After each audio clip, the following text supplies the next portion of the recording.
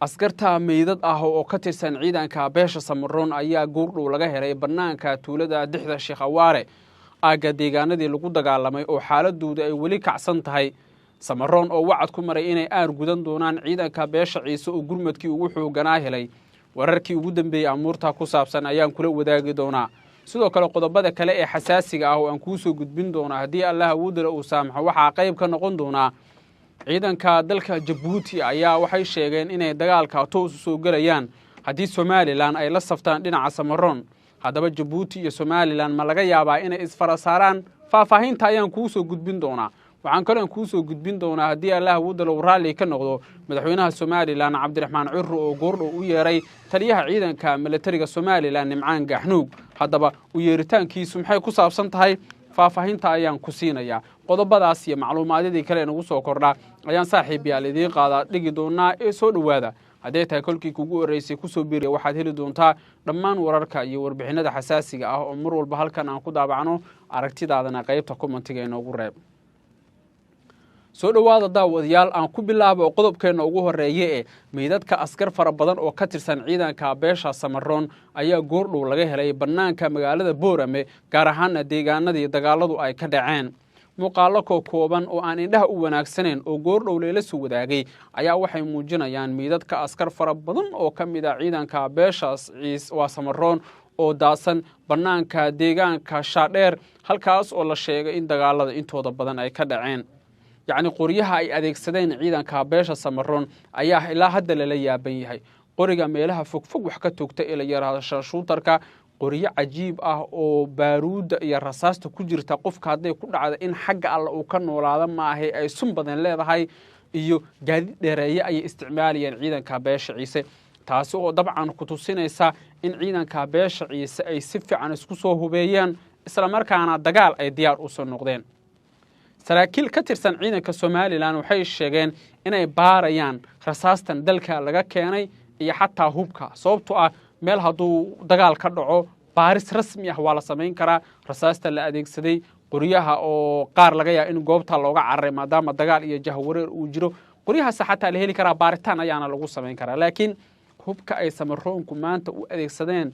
hubka andhahe Ciisuhu ay Samaroonku u adeegsadeen, wax la arkay iyo wax la maqlay iyo wax laga sheekeyn toona maaha, laga sheekeyn kara maahan. ilaa hadda waa la yaaban yahay.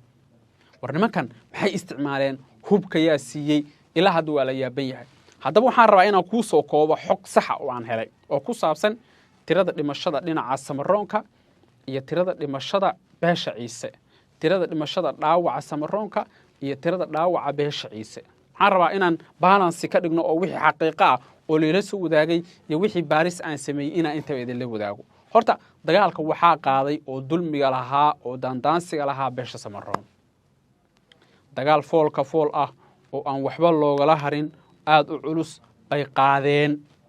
waxay ku qaadeen ciidanka beesha Ciise oo ku sugnaa tuulada Shaadheer, sidoo kale tuulada Biyo Dheer. dagaal baa isna ka dhacay. warniima dulmigu ma fiicna ee Samaroonku maalmihii Ramadaanka lagu jiray miyay is ururiyeen, maalmihii ciida miyay is ururiyeen. dagaal bay horta maanta qaadeen, laakiin dagaalkii ay qaadeen waxba kuma aysan faa'iidin. dhagta ayaa dhiigga loo daray. wax la dilay, wax la dhaawacay, wax baxsaday, wax lagu raajoogay noqdeen. aan wax xaglin maayo dhinaca Ciise, laakiin waxaan rabaa inaan idin la wadaago wixii sax ah ee jira.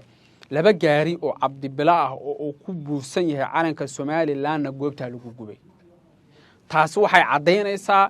reer Sheekh Isxaaq dagaalka toos bay u soo galeen, toos bay ula safteen Samaroon, toos bay dagaalka xabadda ugu rideen. yacni xabaddu kaliya maaha ninkii xabad kugu rida, ninkii xataa dhaqaale ku taageera cadowgaaga, ninkii xataa sirdoon ahaan ku taageera dagaalku ku jira. dagaalka kaliya ha u aqoonina in xabad la isla dhaco. laakiin hadda sida ay hadda wax yihiin, niman yahow nimanka la yiraahdo reer Sheekh Isxaaq dagaalka toos bay u soo galeen. gaadiidkii lagu dagaalamay oo la ogaaday oo calanka Somaliland uu ka muuqdo waxaa iska lahaa xaq u lahaa oo ku celcelinayna Somaliland marka in ay tiraahdo dagaalkii dhexdhexaad baan ka noqonayaa. eeg hadda warkayga meesha u socda fiiriya. in ay tiraahdo dagaalkii dhexdhexaad baan ka noqonayaa, in ay tiraahdo Ciise iyo Samaroonkii baan heshiisiinayaa. gacan bidixaysiina aa ku wadi dagaalkii oo aad samaroonka dagaal siinaysid sidee rabtaa marka inaan kuula hadlo sideese rabtaa inaan dagaalka daacad uga noqdo dulmigu ma fiicna ciisaha waxaa loo diiday koow inay xeerka buugga ciise soo bandhigaan waxa yar baa rabaa inaan idin tuso idinkooda muuqaalka dhammaysta waa mid xasaasiya waxaan rabaa nimanka la yidhaahda ciisaha dagaalku wuxuu ka bilowday xeerka buugga ciisaan soo bandhigaynaa markii hore Soomaaliland way ka yeeshay mudaharaadyo waxay ka dhaceen Boorama dhiig badan baa ku daatay dad baa la dilay dad baa la dhaawacay hanti fara badan baa la burburiyay Soomaaliland way hakisay xeerka buugga ciise in seel lagu soo bandhigo okay inta way isla fahanay samaroonkii waa loo yeelay oo xeerkii buugga ciise wixii ay ka tabanayeen waa lagala hadlayaa baa la yiri dib baa loo dhigay waxay sameeyeen haddana samaroonkii inay yiraahdaan ciisuhu bataatan ba ma degaanba gobolka Awdal ciisuhu maba degaanba bataatanba gobolka Awdal okay waxa yiri marka ciisuhu waxay degaan Seela ciisuhu waxay degaan Lughaye ciisuhu waxay degaan xuduudda Soomaaliland Itoobiya Djibouti bay degaan ina marka ay tiraahdo xaqayga aad gacan bidixaysid oo aad tiraahdo dagaalka soona gelimaysid xeerka buugga ciisana la soo bandhigi maayo adiguna sida wax soconaya iyo wax isqabanaya male horta dheriga karkarka waxa ka keena waa kuleelka badan dheri hadaad biyo ku shubtid oo aad xaabo badan ku shidid ama gaas xoog u shidid aad u karkaraya xanaaq yani bini aadanka xanaaqa waxa ka keenaya markii wax la isku biirbiiriyo nimankan ciisa inay xanaaqaan oo ay maanta 10 u dhigaan samaroonka horta halkaasay ku timid xaq bayna u leeyihiin okay ciisaan marka uu imaanayaan nimankan ciisa la yiraahdo iyagu maxay ku qaldayeen ilaa cid kaliya anagu khalad ka saarayna moota waxaan rabnaa inaan balance iyo wax siman aan ka dhignay nimankan ciisa waxay khalad ku leeyihiin inay heshiis diidaan ciisu waxay ahayd inay heshiis yeelaan in ay yiraahdaan war heshiisan diyaar u nahay wada hadal baan diyaar u nahay kaalina la hadla kaalina la fariista wixii aad rabtaan samaroono nagala hadla intaas ka hoos baxday adiga hadaad diidid markii hadaad tiraahdid de arintu waxay noqonaysaa jugjug meesha joog laba dhagax hadii la isku dhuftana mid baa jaba ama ciisa deegaanka u reynaya ama samaroon baa u reynaya wax ka dhaxeeya male ciisu sidoo kale waxay ku qaldan yihiin in ay hub fara badan ka soo gataan dhinaca Itoobiya yaani dagaalka inay si ballaariyaan xogaa anigu waxaan leeyahay waa laga qurux badnaa waxayna ahayd bal in xogaa arinta xogaa dib loo dhigay ahayd saas aan isleeyahay laakiin wixii jirade Ilaahay baa og marka qodobka ciisaha iyo samaroonka bal halkaas baan uga baxaya dhinaca kale Cabdiraxmaan Cirro ayaa laga cabsi qabaa inuu xilka ka qaado taliyaha ciidanka militariga Soomaaliland wiilka la yiraahdo Nimcaan Gaxnuug isaga iyo wasiir Sandheere labadooduba way ku fashilmeen fashil yaani tii ugu dambeysay bay dhex joogaan waatay Soomaalidu tiraado dhiiqa alwaha kula jirta dhiiqa dhex fadhiyaan wasiir Sandheere iyo Nimcaan Gaxnuug maxaan sidaas u leeyahay in ay soo gabagabeeyaan dagaalkan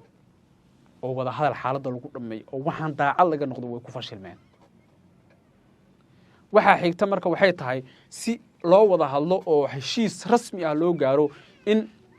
la helo gacan saddexaad oo labada dhinac u dhaxaysa yaani dhinacan ciisa samaroon ahayn Soomaaliland ahayn gacan saddexaad oo waxaan daacad ka ah oo wada hadal iyo wada xaajood xaaladda ku dhameeyso in la helo bay dad badan aaminsan yihiin gacanta saddexaadna Djibouti ma noqon karto Ethiopia ma noqon karto ee dadka ugu dhow waa odayaasha dhaqanka beelaha ka soo jeeda gobolka dawlad deegaanka kuwa ka soo jeeda Soomaaliland kuwa ka soo jeeda dhinaca samaroonka yaani in la isu keeno oo la soo xulo ku dhawaad 20 ilaa 30 oday oo dhiraan dhiriya waxyaabaha la isku hayo samaroonku waxay xaq u leeyihiin siya ciisu waxay xaq u leeyihiin siya kadibna wada hadal iyo wada xaajood xaaladda ku dhameeya dad badan oo marka arrimaha la socda waxay leeyihiin Cabdiraxmaan Cirro si heshiis rasmi ah loo gaaro waa inuu xilka xayuubin ku sameeyaa taliyaha ciidanka militariga Soomaaliland Nimcaan Gaxnuug iyo sidoo kale wasiirka arrimaha gudaha Soomaaliland Master Sandheere oo labadooduba ku fashilmay inay xal u keenaan xiisadda halkaas ka taagan gudaha saaxiibayaal wararkeena intaas ay ku dhan haday tahay markii kuugu horeysay ku soo biir waxaad heli doontaa wararka iyo warbixinada xasaasiga ah oo mar walba halkan aan ku daabacno aragtidaada qaybta commentiga inoogu reeb sidee u aragtaa heshiisna looga gaari karaa xiisadda u dhaxaysa beelaha walaalaha Ciise iyo Samaroon bal qodobkaas aragtidaada adigu miyir qaba kaga dhiibo waa maasantii saaxiibayaal muuqaalka inoo la garay soo dhawaada meel kasta oo joogtaan sharaf iyo karaamo